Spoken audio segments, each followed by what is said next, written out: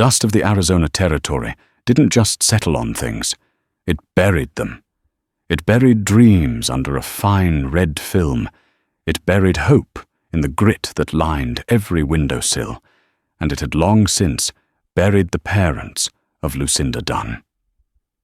At 19, she felt as old as the sun-scorched mountains that watched over the desolate trading post she called a prison. Her life was a flat, endless horizon of sweeping floors and serving rot-gut whiskey to men whose eyes held the same barren emptiness as the land. But on a day when the heat shimmered like a phantom lake, a shadow fell across the doorway, and the emptiness was filled with a presence so absolute, so dangerous, it silenced the world. He was Apache, a warrior carved from the very rock and unforgiving sun of this land, and he had come not for whiskey or supplies, but for her. The man who stood in the doorway of Barnaby's dusty outpost wasn't merely a man. He was a piece of the wilderness given human form, taller than most, with a breadth of shoulder that spoke of a life lived by muscle and sinew. He wore buckskin leggings and a simple cotton shirt, both weathered to the color of the earth. His face was a mask of hard angles, and sun-deepened copper framed by a cascade of jet-black hair held back by a simple leather band. But it was his eyes that held Lucinda captive. They were dark, not with warmth, but with the profound, chilling blackness of a starless night sky, and in their depths burned a fire of ancient grief and unyielding purpose. The usual cacophony of the trading post, two grimy prospectors arguing over a card game, the buzz of flies, Barnaby Jones, wheezing behind the counter, died instantly. The air grew thick-heavy with a tension that was part fear, part awe. This was not a reservation Indian placated and broken. This was a ghost from the high country, a Chiricahua warrior, the kind men whispered about around their campfires with a mix of loathing and grudging respect. They were a people being systematically erased, yet this one stood as if he alone could hold back the tide. He ignored the others, his gaze locking onto Lucinda, as she stood, frozen, a wet rag dripping onto the warped floorboards in her hand. He moved with a predator's silent grace, his moccasins making no sound. He stopped before the counter, but his eyes never left her. "I will speak with the girl," he said. His voice was a low rumble, like distant thunder. His English was precise, measured each word chosen with deliberate care. Barnaby, a man whose spine had been bent more by pragmatism than age, wiped his sweaty palms on his apron. "She ain't for sale, Chatan. Whatever you're thinking, think again." The warrior's gaze flickered to Barnaby, a spark of contempt in his eyes. "I do not buy women. I am not a white man." He looked back at Lucinda. "My name is Chatan. It means chief in a language you do not know. My people are the Bedonkohe. They are gone." The final word hung in the air, weighted with a sorrow so immense it felt physical. Lucinda had heard the stories. A cavalry detachment led by a ruthless officer named Captain Gideon Rourke had cornered a band of renegades up in the Dragoon Mountains a season ago. They called it a battle. The Whispers called it a massacre. No survivors. "My wife," Chatan continued, his voice dropping even lower. "My son, they were taken from me by the world of the White Eyes. My father's line, my grandfather's name. It dies with me. I am the last." Lucinda felt a tremor of an emotion she couldn't name. It wasn't pity. This man was too proud for pity. It was a terrifying recognition of a loneliness that mirrored her own, magnified 1,000 times over. She was an orphan, her family taken by cholera on the trail west years ago. She had no one. She was the end of the Dunn line, not that it was a line anyone cared about.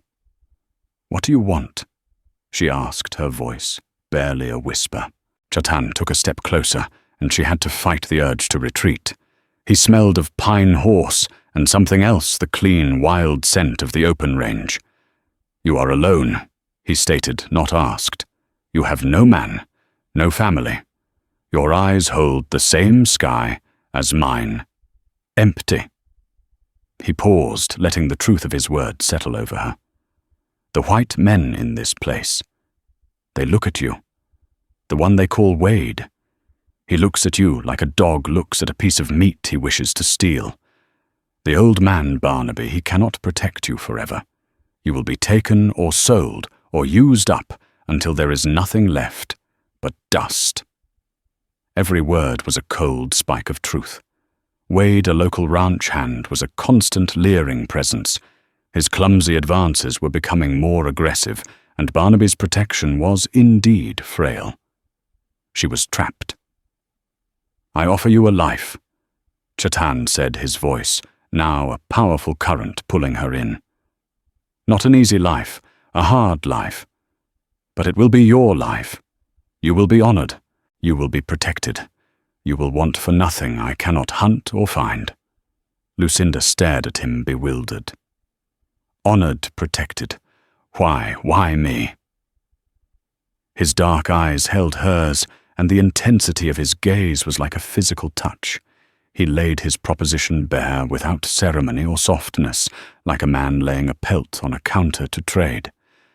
"Because my seed is strong, but I will not mix it with the blood of my enemies, nor with the broken people on the reservations. You are of the people who took everything from me, but you have nothing. You are a vessel, clean and empty. I ask this of you." He took a breath, and the air in the room seemed to vibrate with the weight of his next words. "Will you come with me? Will you give me my sons and carry my name?"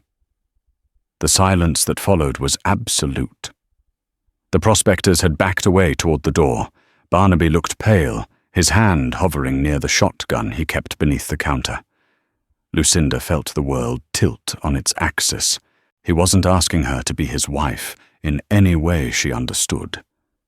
It was a contract, a breeding arrangement. He was offering her survival a strange kind of honor in exchange for her womb, for the continuation of a lineage she couldn't comprehend. He wanted sons. He wanted his name, the name of the Bedonkohe, to echo into the future. And he had chosen her, the orphan girl, with nothing to her name, but a history of loss to be the mother of that future. The absurdity, the sheer audacity of it was breathtaking. "No." She breathed the word, a fragile puff of air. "Get out." Chatan's expression didn't change. There was no anger, no disappointment. There was only the same unyielding purpose. He gave a slow, deliberate nod. "The desert gives you 3 days without water before it kills you," he said softly. "I will give you 3 days to see the truth of your own thirst." And with that, he turned and walked out, leaving a void where his presence had been, and a question that would haunt every second of the next 3 days. The 3 days Chatan allotted her were not days of contemplation. They were a slow burning fuse. His absence was more potent than his presence had been. Every shadow seemed to hold his shape. Every gust of wind seemed to whisper his impossible question. The trading post, once a familiar prison, now felt like a cage, with the door rattling on its hinges. On the first day, Wade cornered her by the water barrel. He was a big man smelling of sour sweat and cheap whiskey, his face flushed with a confidence born of ignorance. "Heard that Apache buck was talking to you, Etta." He slurred, blocking her path. "You best stay away from his kind. They're poison. A pretty little thing like you needs a real man. A white man." He reached for her arm, and Lucinda reacted with the instinct of a cornered animal. She swung the heavy wooden bucket, catching him square in the chest. He staggered back, sputtering, soaked and surprised. "Don't you ever touch me, Wade," she hissed, her heart hammering against her ribs. His surprise curdled into rage. "Why, you little—" "That's enough!" Barnaby shouted from the doorway, brandishing his old shotgun. The weapon was more rust than steel, but it was enough. Wade shot a venomous glare at Lucinda before stomping off, muttering threats. "You can't keep doing that, girl," Barnaby said, his voice weary. "One day he'll be too drunk to care about this old scattergun, and I'll be too slow." He looked out at the unforgiving landscape. "That Apache. He's a killer. But he ain't a liar. He spoke the truth about this place." The second day brought Captain Gideon Rourke and his cavalry patrol. They were the very men who had created Chatan's ghosts.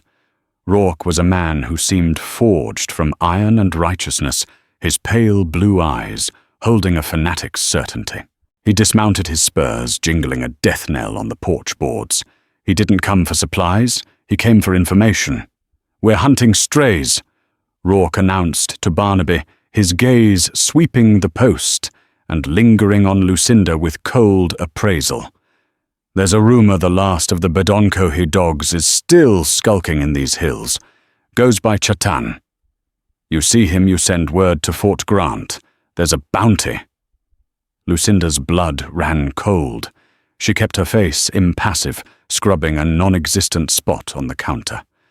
Rourke represented the law, the order, the civilization that was supposed to protect her. But looking at his hard, merciless face, she felt a more profound fear than Chatan had ever inspired. Rourke saw the world in black and white, soldier and savage order and chaos. She saw the bloodstains on his crusade. That night she lay on her thin cot listening to the coyotes cry. She thought of her choices. She could stay here waiting for Wade's next drunken advance, waiting for the day Barnaby couldn't protect her living as a servant until her youth and usefulness faded.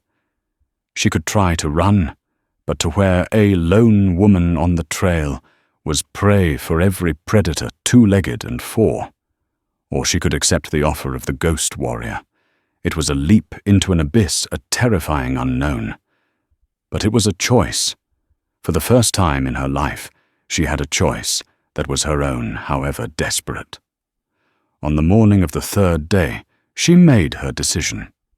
She packed a small bundle, a spare dress, her mother's tarnished silver locket, and a small, sharp skinning knife Barnaby had given her for protection. She walked out of the trading post without a word, heading north toward the jagged peaks where Chatan had said his sanctuary lay. She didn't have to walk far.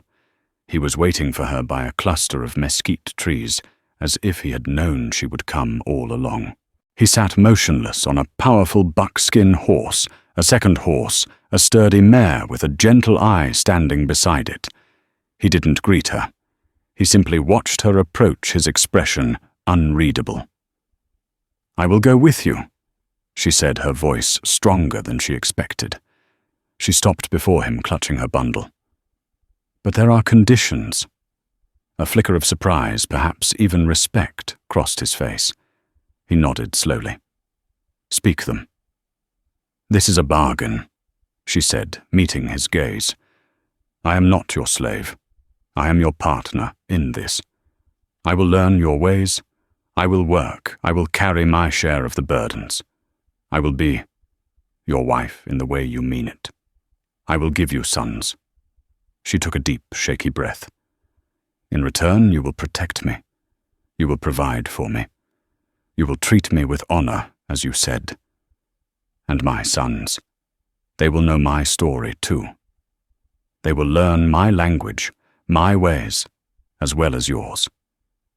They will not be just Bedonkohe. They will be ours." She stood her ground, her chin held high, expecting him to scoff, to refuse. This was an audacious demand to make of a man like him.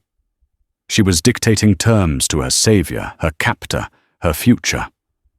Chatan was silent for a long time, his dark eyes searching her face, looking for something beyond her words.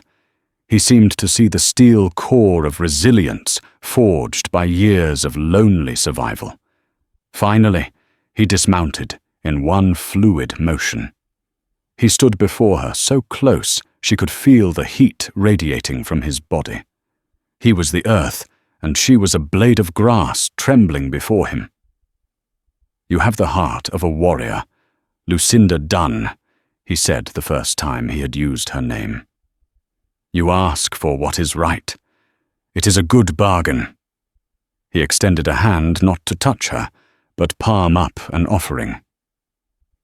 "The name I carry is not just a word. It is the memory of my people. It is the story of the sun, the mountains, the wind. If our sons are to be strong enough to survive in the white man's world, they will need your story too. They will need your iron." She looked at his outstretched hand.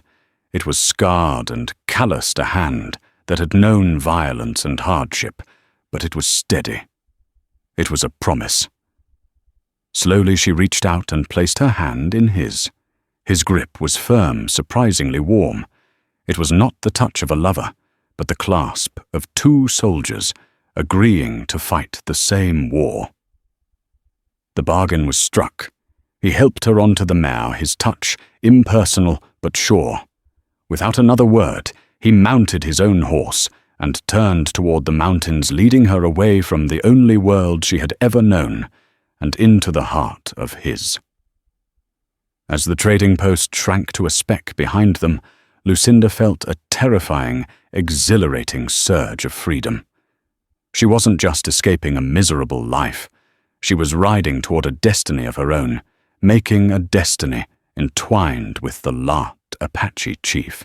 The journey into the Chiricahua Mountains was a baptism by stone and sky. The world of flat, dusty plains and ramshackle buildings gave way to a vertical landscape of breathtaking, brutal beauty. They rode through narrow canyons, where the rock walls seemed to close in their surfaces, painted with millennia of mineral stains, then up switchback trails that offered terrifying views of the world spread out below. For Chatan, this was home. He moved through it with the confident ease of a wolf in its own territory. For Lucinda, it was an alien planet. His sanctuary was a small hidden valley, a bowl of green cupped in the hands of granite peaks. A clear stream fed by mountain springs cut through a meadow dotted with wildflowers.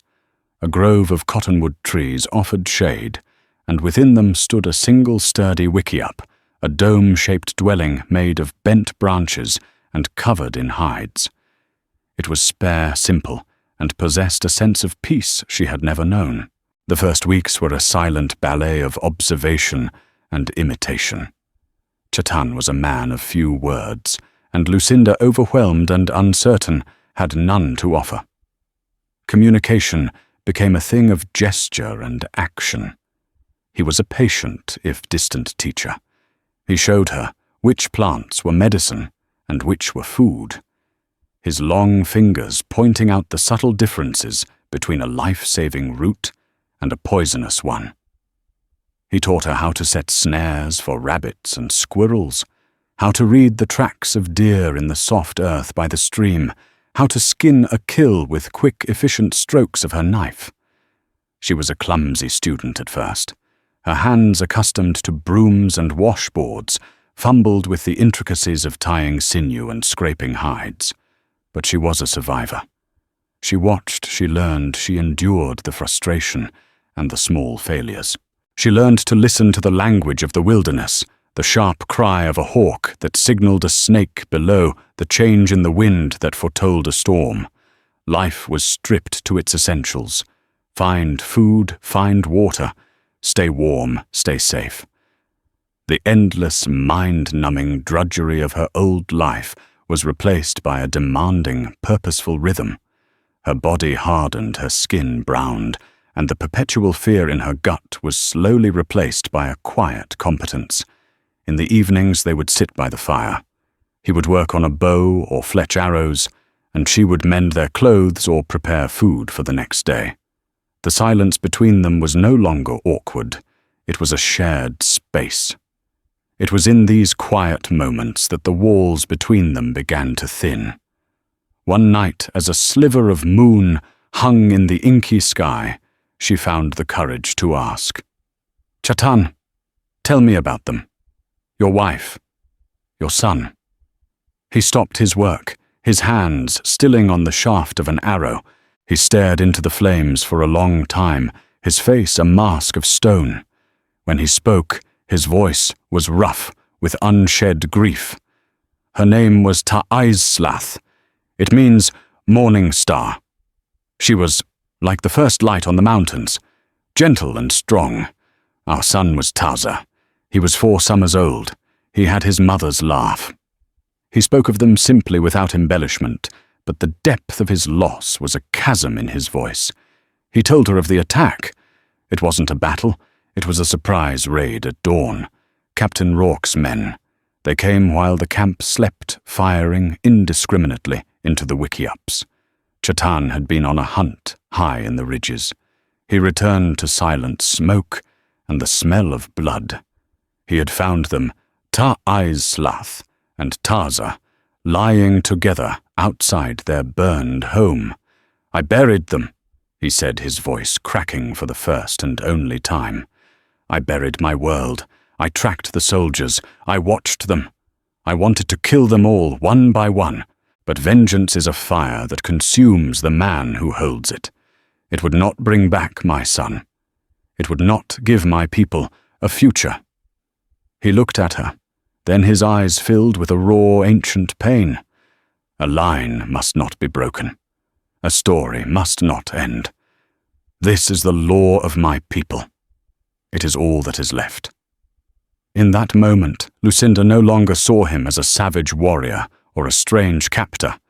She saw a man hollowed out by a grief so profound it had reshaped his entire being. She was not a replacement for his lost wife. She was an entirely different thing, a desperate solution to a desperate problem. And for the first time, she felt a flicker of something more than respect or gratitude. It was a deep, aching empathy. She reached out her hand, hovering for a moment, before she placed it gently on his arm. His muscles tensed at her touch, but he didn't pull away. "I am sorry for your loss, Chatan," she whispered. He looked down at her hand, then back to her face. He gave a single slow nod.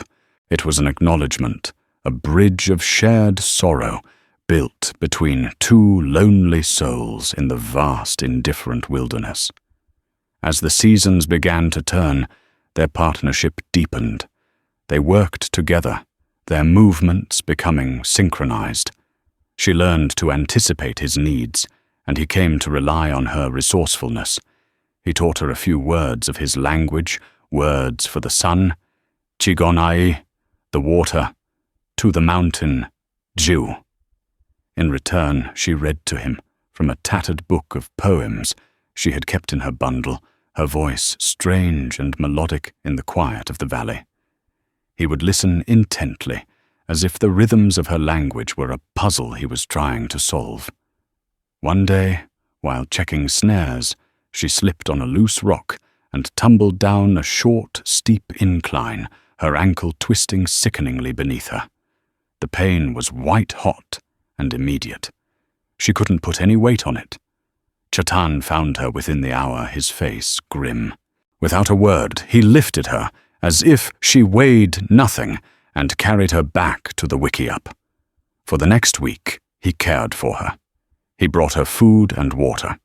He gathered a specific type of leaf, chewed it into a poultice, and applied it to her swollen ankle to draw out the inflammation. His touch was surprisingly gentle, his hands efficient and sure. In her feverish, pain-filled state, the lines blurred.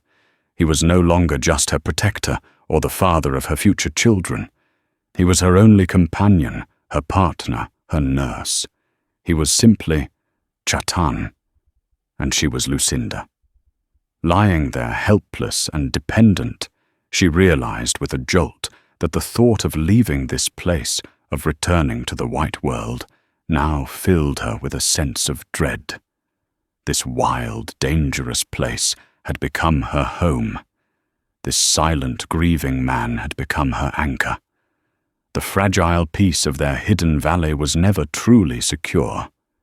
It was a sanctuary, bordered by a world that wanted them both dead. Chatan was a wanted man, a symbol of defiance. Lucinda, if discovered, would be branded a white squaw, a traitor to her race, an object of scorn and violent reclamation. The threat of Captain Gideon Rourke and his patrols was a constant, unspoken shadow. Chatan was ever vigilant. He was rarely still, often climbing to the highest ridges to spend hours scanning the plains below his body, a motionless silhouette against the sky. He was reading the land, not for game, but for signs of his enemies. A dust cloud that moved too deliberately, the glint of sunlight on a spyglass, the distant orderly formation of riders. One afternoon, he returned to the valley with a grim urgency. "Soldiers," he said, the single word sharp as flint. "A patrol of 10. They are moving along the base of the mountains. They are not coming here, but they are searching." A cold knot of fear tightened in Lucinda's stomach. "What do? We do nothing," he replied, his voice calm, betraying none of the tension she felt. "This valley has kept my people safe for generations. Its entrance is known to no white man. We are ghosts to them. We will remain so." But the patrol lingered. For days, Lucinda could feel their presence like a change in the air pressure. The smoke from their campfires was a faint, hazy smudge on the horizon at dawn. The distant faint call of a cavalry bugle carried on the wind was a chilling reminder of the world just beyond their sanctuary. The fear was a poison. It seeped into their quiet routines, turning every snap of a twig into the sound of an approaching boot. Lucinda found herself watching Chatan, seeing the subtle ways the pressure was affecting him. He slept less, ate little, and his rare quiet moments of peace by the fire were gone. He was coiled tight, a warrior, readying for a battle he prayed would not come. The crisis came not from the soldiers, but from within. A few weeks after her ankle had healed, Lucinda fell ill.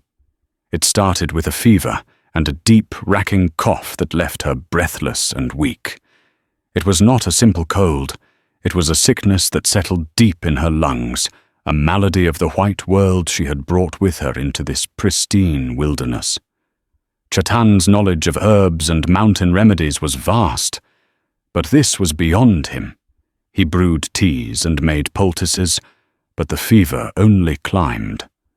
She grew delirious, tossing and turning on her bed of soft furs, muttering names from a life he didn't know.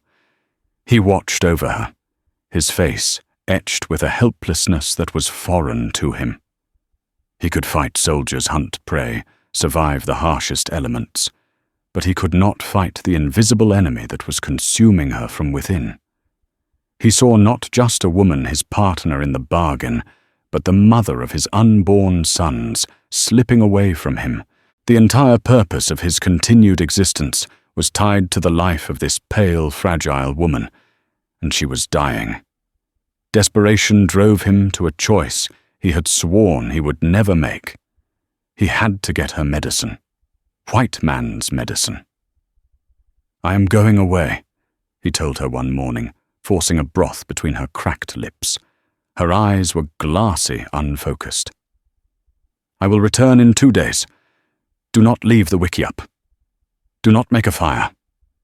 "No," she rasped, grabbing his arm with a strength that surprised him. "The soldiers. Rourke. I will not be seen," he said with absolute certainty. He rode hard and fast, using game trails and hidden canyons the cavalry knew nothing about. His destination was not Barnaby's, which would be watched, but a smaller, more remote trading post, a day's ride to the south, run by a grizzled prospector named Peterson, who valued gold above all else, including questions. Chatan traded 2 small, heavy nuggets of gold for a bottle of laudanum and another of quinine, the bitter cure for fevers. The journey was fraught with peril. At one point, he had to lie flat in a rocky crevice, his horse hidden in a box canyon, for over an hour, as Rourke's patrol rode past less than 100 yards away. He could hear their casual, cruel talk, the jingle of their gear. The hatred rose in him, hot and potent, but he mastered it. Vengeance was a luxury he could not afford. His priority was Lucinda. When he returned, he found her weaker than ever, her breathing shallow. He administered the medicine with care, measuring the doses, forcing the bitter liquid down her throat. He sat with her through the night, bathing her forehead with cool water, watching for any change. For 2 days, she hovered in a state between life and death. On the 3rd morning, her fever broke. She woke to find him asleep on the floor beside her bed, his head resting on his arms, a rifle clutched in one hand. His face in repose had lost its warrior's harshness. She saw only the exhaustion, the worry, the deep lines of a man carrying the weight of a dying world on his shoulders. He had risked everything for her. He had ridden into the heart of the world that had destroyed him to save her. Their bargain had been for sons, for a name. But this was something more. This was not a contract. It was a bond forged in shared solitude and now tempered in the fire of shared crisis. "Chatan," she whispered, her voice still weak. His eyes snapped open, instantly alert. He truly saw her, the clarity in her eyes, the faint color returning to her cheeks. A wave of relief, so profound it was almost painful, washed over his features. He said nothing. He simply reached out and took the cup of water, holding it to her lips. As she drank, she knew with absolute certainty that her life was now irrevocably bound to his. She would stand with him. She would fight for their small, hidden world. And if Captain Rourke and his soldiers came, she would not be a white woman in need of rescue. She would be the partner of the last Bedonkohe chief, and she would meet them with the same iron he had seen in her from the very beginning. Lucinda's recovery was slow but steady. The sickness had scoured her, leaving her thin and frail, but as her strength returned, something fundamental between her and Chatan had shifted. The formal distance they had maintained was gone, eroded by the intimacy of her illness and his desperate care. The silence between them was no longer just comfortable. It was now filled with an unspoken understanding. He continued to care for her, hunting for the best game to make strengthening broths, finding late-season berries she could stomach. He would sometimes watch her as she sat in the sun outside the wickiup, a strange contemplative look in his eyes. He was seeing her not as a means to an end, not as a vessel for his legacy, but as Lucinda, a woman of quiet strength and surprising resilience, a partner. She in turn saw him with new eyes. The formidable warrior was still there, but she now knew the vulnerable man beneath the stoic mask. She saw the gentleness in his hands as he repaired one of her worn boots, the flicker of a smile in his eyes when she finally mastered the complex knot for a snare, the deep, abiding grief that was his constant companion.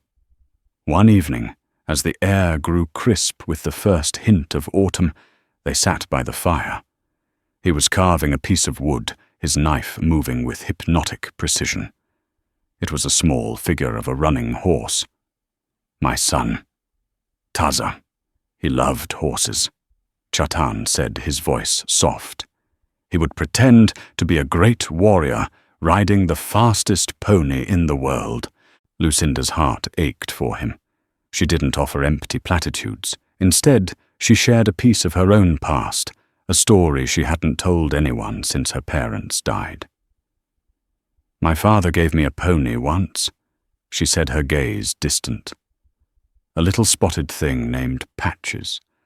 I thought he was the most beautiful creature in all of Missouri. I cried for a week when we had to leave him behind to come west.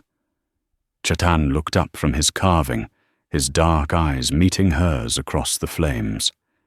He saw the ghost of a little girl, her heart breaking over a lost pet. For the first time, he was seeing her past, not just her present. They were two people defined by what they had lost, finding a strange solace in their shared emptiness. That night, when they lay on their separate beds of furs inside the wickiup, the space between them felt different. It was charged with a new awareness. The bargain they had made seemed a cold, clinical thing compared to the complex web of reliance, respect, and empathy that had grown between them. A few nights later, a storm rolled in a violent tempest that shook the mountains. Rain lashed down in sheets, and thunder cannoned off the canyon walls. Lucinda, who had always been afraid of storms, found herself trembling, the sound reminding her of the volleys of rifle fire she'd heard in stories. Chatan must have seen her fear. He rose from his bed and came to hers. He didn't speak. He simply lay down beside her, his back to her, creating a solid, warm barrier between her and the raging storm outside. The simple, non-threatening gesture was more comforting than any words could have been. Protected by his presence, she finally fell into a deep, peaceful sleep. When she woke, the storm had passed, and the world was washed clean. He was already gone from her side, but the warmth of his body lingered in the furs. That day, something bloomed inside her. It wasn't a girlish crush or a romantic fantasy. It was a deep, quiet, and powerful emotion. It was love as wild and unexpected as a wildflower growing from a crack in a granite cliff. She knew then that her body was not the only thing she had given to their bargain. She had given her heart. The seasons continued to turn. The first snows dusted the high peaks, and the valley became their entire world. Their lives were a shared rhythm of survival and companionship. One cold, clear night, under a brilliant canopy of stars, the final wall between them crumbled. It was not a moment of explosive passion, but a quiet, inevitable coming together. A look, a touch, a silent acknowledgement of the bond that had become too strong to deny. They fulfilled their bargain, but it was no longer a contract. It was an act of two lonely souls, finding a home in one another. Weeks later, Lucinda knew, a subtle change in her body, a new kind of weariness in the mornings. She was with child. She waited for the right moment to tell him. She found him at dusk, standing at the edge of the valley, looking out at the fading light on the distant plains. She came to stand beside him. "Chatan," she said softly. He turned to her, his face questioning in the twilight. "The bargain is being kept," she whispered, placing a hand over her still flat stomach. "Your line will not be broken." He stared at her, then his gaze dropped to her hand. A storm of emotions crossed his face, disbelief, awe, a fierce, protective joy, and a sorrow so profound it stole her breath. This child was the future, but it was also a painful echo of the past, a ghost of the son he had lost. He reached out his calloused fingers, hesitating for a moment before gently covering her hand. He didn't speak. He couldn't. He simply knelt before her, his forehead resting against her stomach, where their child, the first of a new generation, was growing. The last chief of the Bedonkohe knelt before the orphan white girl, not as a supplicant, but as a man who had finally, against all odds, found a reason to look toward the sunrise again. Their separate stories of loss were finally weaving into a single story of hope. The news of the child changed everything. It transformed their sanctuary from a place of survival into a home, a place with a future. For Chatan, the change was profound. The grim determination in his eyes was replaced by a watchful, protective fire. Every deer he hunted, every cord of wood he chopped was for his son. For Lucinda, the child growing within her was a fierce anchoring love. It was the legacy of Chatan and the culmination of her own journey. It was theirs. But the world beyond their valley had not forgotten them. Captain Gideon Rourke was a man obsessed. The continued existence of Chatan was a personal affront to him, a stain on the honor of his uniform, and a mockery of the peace he had bought with blood. He had been gathering whispers and rumors for months, a lone Apache trading gold for medicine tracks, found in places they shouldn't be. He began to believe the rumors of a white woman with him, and his obsession curdled into a righteous crusade. He would not just kill the savage. He would rescue the lost white soul and purify the territory. He found the valley by accident. A trooper chasing a runaway horse stumbled upon the cleverly hidden entrance to the canyon that led to their meadow. He didn't return. Chatan found him an arrow in his throat, a silent warning. But it was too late. The trooper's absence would be a beacon. "They know," Chatan said, his voice flat and devoid of emotion. "They will come." Panic seized Lucinda. "We have to run. We have to go deeper into the mountains." "No." Chatan said, his hand resting on her shoulder, a gesture of calm strength. "There is nowhere to run. A woman heavy with child cannot cross the high passes in the snow. This is our home. This is where we make our stand." His eyes hardened. "This is where it ends." The next 2 days were a blur of grim preparation. Chatan was no longer a companion. He was a warrior, preparing for his last battle. He moved with a deadly economy of motion, checking his rifle, sharpening his knives, crafting new arrows with lethal precision. He showed Lucinda how to load and fire the spare rifle, a heavy Winchester. "Do not fight them," he instructed, his voice low and intense. "When you hear the first shot, you will run. Go to the small cave behind the waterfall. Do not come out, no matter what you hear. You protect our son. That is your fight." "I won't leave you," she cried, her hands clutching his arms. "You will," he said, his grip on her shoulders firm. "You made a promise. You will carry my name. You will raise my son. He must live. This is my only command to you, Lucinda." The soldiers came at dawn. Rourke, confident and cruel, led a dozen men into the valley. He expected to find a squalid camp and a terrified woman. He did not expect to walk into a perfectly prepared trap. Chatan was a ghost. The first shot came from the high rocks, and a trooper fell from his saddle. Chaos erupted. The soldiers fired wildly into the trees, but they were shooting at shadows. A second shot from a different position claimed another man. Chatan moved like smoke, using the terrain he knew so well, firing and disappearing, turning the beautiful meadow into a killing ground. Lucinda, her heart pounding, with a terror so absolute it was almost paralyzing, did as he commanded. She grabbed the Winchester and ran toward the stream, toward the waterfall and the hidden cave. But as she ran, she saw Captain Rourke dismounted, directing his men, his face contorted in a mask of frustrated rage. He was moving toward the wickiup, toward their home.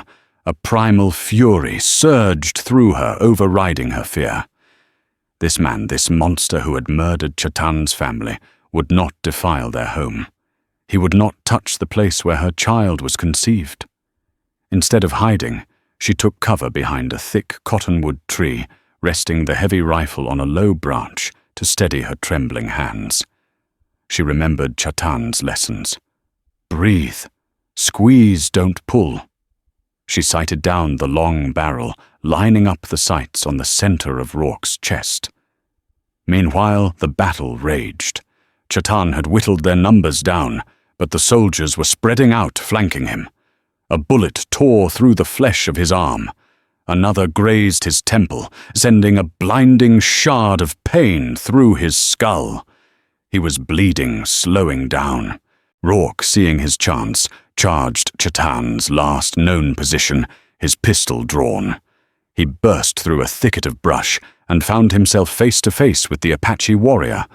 For a moment, they stood two mortal enemies, the architect of a massacre and its sole survivor. "It's over, you heathen!"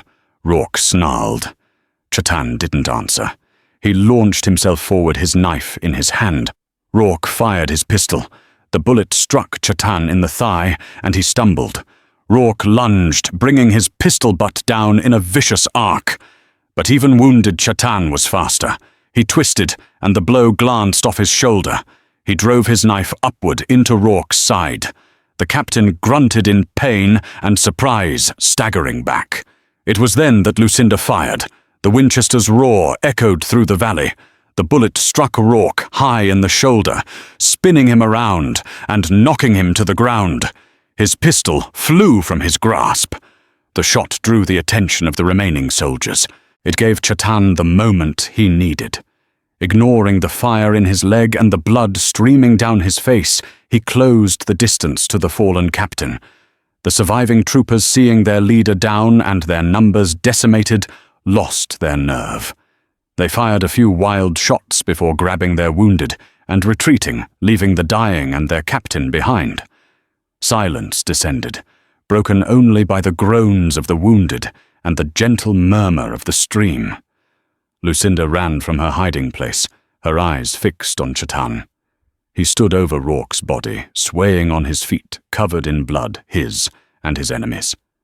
She reached him, her hands fluttering over his wounds, tears streaming down her face. "Chetan, you're hurt." He looked not at her, but at the body of his nemesis. The fire of vengeance he had suppressed for so long had finally burned out, leaving only ashes. "It is done." He rasped his body, finally succumbing to the pain and blood loss. He collapsed into her arms, his weight almost taking her down with him. The battle was over. They had survived. But as she struggled to drag him toward the safety of their home, Lucinda knew the war for their future had only just begun. The aftermath of the battle was a grim, surreal landscape of death and silence. The bodies of the fallen soldiers lay still in the meadow, stark reminders of the violence that had invaded their sanctuary. Lucinda, running on a reserve of adrenaline and desperate love, managed to get Chetan back to the wickiup. His wounds were severe. The bullet in his thigh had shattered bone, and the gash on his head was deep. For days he hovered near death, lost in a fevered delirium, where he spoke in the Apache tongue, calling out the names of his lost wife and son. Lucinda became his healer. She used every bit of knowledge he had taught her, cleaning the wounds, applying poultices, forcing water and broth between his lips. She tore strips from her spare dress for bandages. She sat by his side, holding his hand, her voice a constant low murmur, telling him about their son, about the future, begging him to stay with her. Slowly, agonizingly, he began to heal. The fever broke. The light of consciousness returned to his eyes. He would be scarred, and he would walk with a limp for the rest of his life, but he would live. They buried the dead Chetan, directing her as she dragged the bodies to a deep crevice at the far end of the valley. It was hard, gruesome work, but it was necessary. They had to erase the evidence of the fight. They had to become ghosts again. As winter closed its fist around the mountains, their world shrank to the confines of the wickiup. Chetan's physical recovery was mirrored by a deeper internal healing. The spectre of Rourke was gone, and with it, the burning hatred that had shadowed him for so long. The weight of the past began to lift, replaced by a quiet, focused anticipation of the future. He would watch Lucinda, his gaze soft, as her belly grew a tangible promise of new life. He carved. He spent hours by the fire, his hands now sure and steady, again shaping wood. He carved a cradle board, its frame sturdy, and its hood intricately decorated with symbols of protection, the mountain for strength, the eagle for vision, the morning star for guidance. In the deepest cold of winter, when the valley was blanketed in a pristine, silent layer of snow, Lucinda's time came. It was a long and difficult labor, but Chatan was by her side. He who had faced down cavalry soldiers now faced the terrifying miracle of birth with a quiet, steady reverence. With the first light of dawn painting the snow-covered peaks in hues of rose and gold, their son was born. He was perfect healthy, with a shock of black hair, and his father's dark, solemn eyes. Chatan took the child in his arms, his scarred hands gentle. He held him up to the opening of the wickiup, toward the rising sun, and spoke in the tongue of his ancestors, his voice thick with emotion. He was introducing his son to the world, to the spirits of his people, to the sun, the sky, and the mountains. He was ensuring the line was not broken. He turned back to Lucinda, his eyes shining with tears. "He has your strength," he whispered, placing the baby in her arms. "He has the iron in his spirit." Lucinda looked down at the tiny, perfect face of her son, and her heart swelled with a love so fierce it was a physical pain. He was a bridge between two worlds, a symbol of survival against impossible odds. "What will we name him?" she asked. Chatan was quiet for a moment. "My son Taza was named for a great chief. This boy, he is not born of the past. He is the first of a new story. He should have a new name. In my tongue, we will call him Jesus, which means sunlight after the storm. It is a name of hope." He looked at her, his expression serious. "And what will be his name in your tongue? A name from your story?"